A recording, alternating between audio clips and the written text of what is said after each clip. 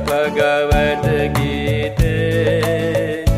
Om Jaya Bhagavad Gita. Hariya Kamala Viharini. Hariya Kamala Viharini. Now, let us move to the next speaker. Our next speaker is Chandra Sandi. Hello. Yeah, Chandra Sandi. Can you say your full name? Sandi, is it correct, or Sandi? Sandy. Yes. Sandi. Because that I got. So, yeah. Professor Ji and Chandra Ji, allow me to intro for just a second. Yeah, I just got an inspiration. It's let we chant all together Om 3 times. Yes. Omkaraya Namo Namah. We will chant Om. This is really, really great technique. Super powerful technique to heal ourselves bodily, physically, or mentally. So this is a super medicine. So we chant this together. All of you, you can unmute your voice. Semua silakan maaf unmute ya suaranya biar keluar. Kita akan mengucapkan Om 3 kali. So unmute your voice. We will do breathe in long, deep breathe in. Then we will chant Om 3 times. Okay, we start. Breathe in deep.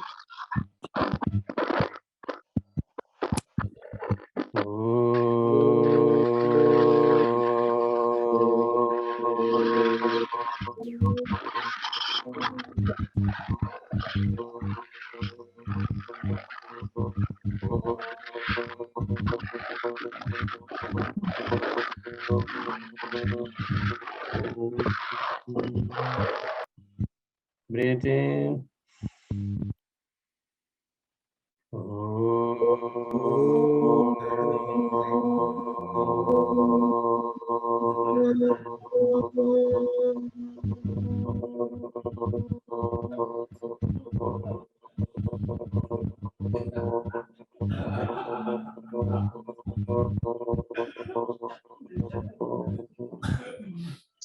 One more.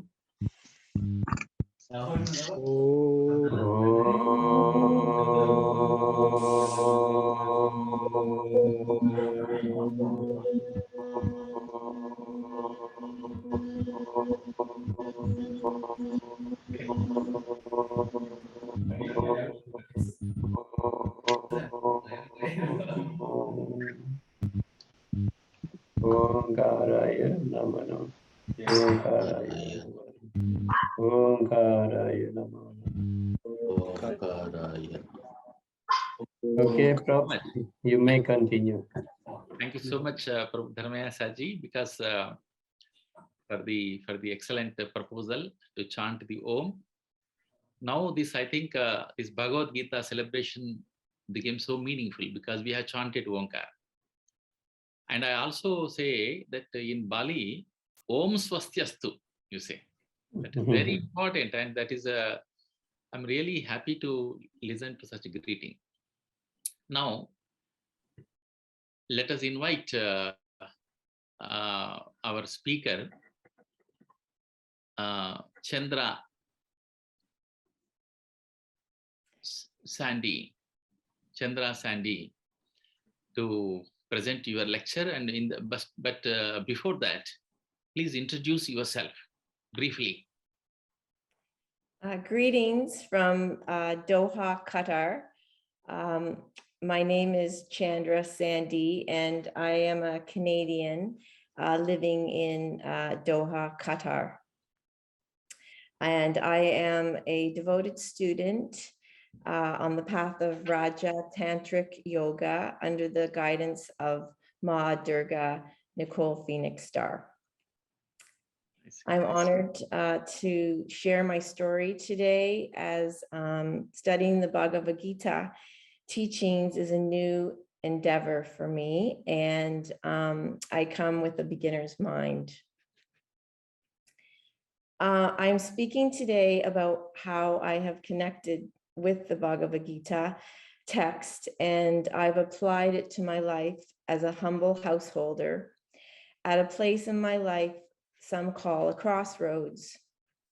Just as Arjuna is experiencing inner conflict in Bhagavad Gita, I too am, and I'm going to relate my process of my present struggles. See, I've been teaching for 32 years as a primary teacher, and I am ready now to leave the school system as my career. And it has been a pleasure for me to serve in this capacity the majority of my adult life.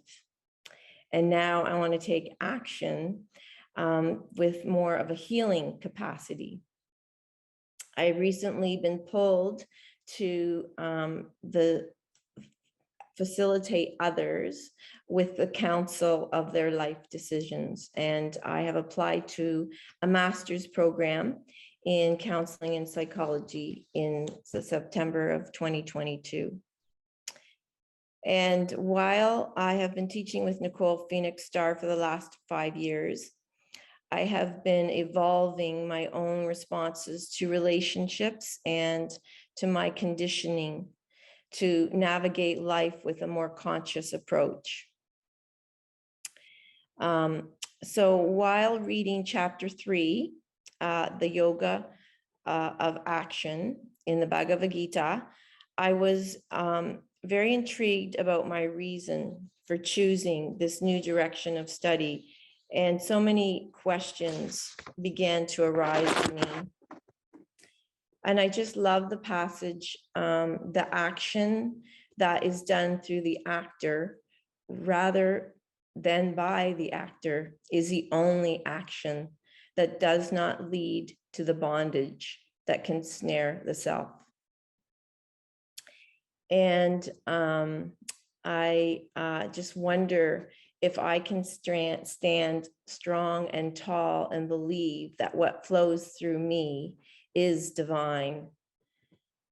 And then will I possess the wisdom and clarity to support those that I want to facilitate. I want to combine my sacred knowledge and my professional knowledge with to be a more complete and integrated teacher and counselor. The wisdom that I gain from studying the Rajatantric yoga teachings offered to me by Nicole Phoenix Star have been some of the most difficult lessons to apply. And as they are so pure and they engage disciplined action, I now know that all actions, my actions, are conditioned by past actions that an individual can only hold in their awareness and work from this disciplined stance in any vocation. So are my actions based on ego? Well, I delve deep into my inner self-knowing, and I know that I've always wanted to support others, and perhaps it does come from a wounded place. Perhaps, however, I can really know that if it is ego, I do want to assist others in their suffering so they don't need to go through it alone. I don't need to save anyone, as I know that that is not a sacred action. A process of exchange between levels of existence in mutual nourishment. My work will be continual self-offering to the divine and a belief and faith that I have a continual descent of the divine into my human. And how will I do that? Through meditations, ritual, chanting, breath work, yoga, purifications, and continue to study with Nicole Phoenix Star. I believe that counseling is in the realms of sacred action. service of something higher than myself. And while I support others with awareness and consciousness of the divine, that then ripple of the divine, then the ripple effect of the energetic frequency will be felt on some level. I do try to incorporate a sense of oneness in my life. It is by no means integrated 100%, but there is an awareness of where the action originates. I am hopeful that I will be able to transfer the skills from my teaching to my counseling. And if I do not let the higher energy descend to the earth through this body, how else will it come down? I do not want to retire. I want to continue in the battle of life and let the divine do the work through me. And so I feel that I have chosen an action that is driven by my nature. I have observed the frequency of consciousness rise and elevate up, and it brings me to such happiness as I can now speak freely and without filters in more communities that I serve in. I want to be part of the movement that maintains this frequency and is aligned with my essence, even if I am a beginner in the field of counseling. The frequency of energy will be matched. I realize that the Bhagavad Gita states that those that are captivated by the external features of the world do not know what liberation is, and that the aim of life is absolute truth. Yet consciousness can be elevated on this earth, and I have seen the rising of this frequency, and so I feel the call to action at some level. And so now I have applied for my master's program, and I await the response as to whether I am approved. And I know now I need to surrender and let go of the attachment to the decision. The Bhagavad Gita speaks to surrendering in many slokas. To me, it means getting out of the way of the divine energy, letting go of the ego, and continuing to be disciplined by the actions to the divine, regardless of what happens.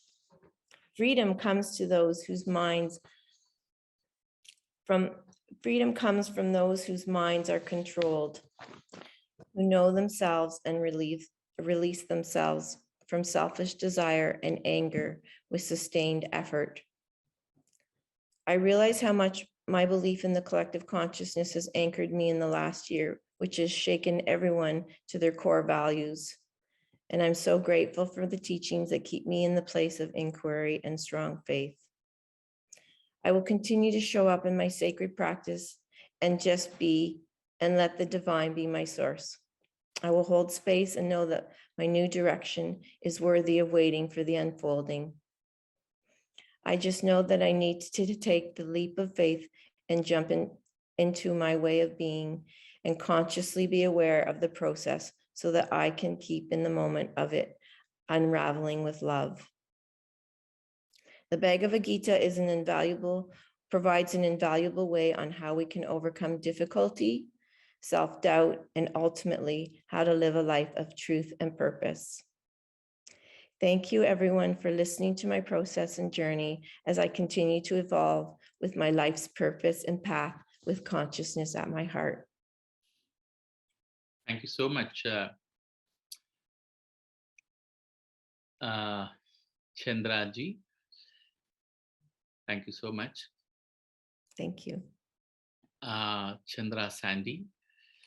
You are from Canada, but you are living in Doha, Qatar, and you are so inspired by the philosophy and Bhagavad Gita and how it has inspired your life. You said your experiences, and we are very happy to have you as our one of the speakers.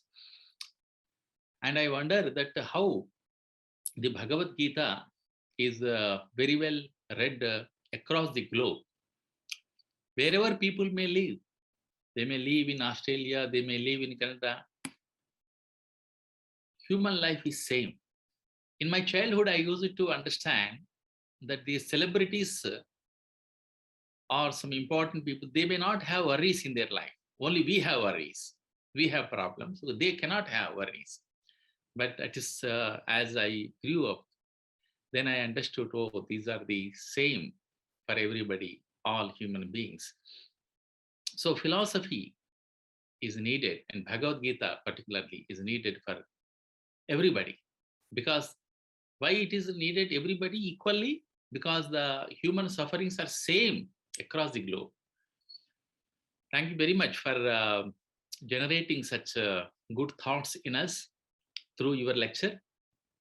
And now let me invite the next speaker, Jasmine Pearson. Dana kar hari pada prema dana kar abanon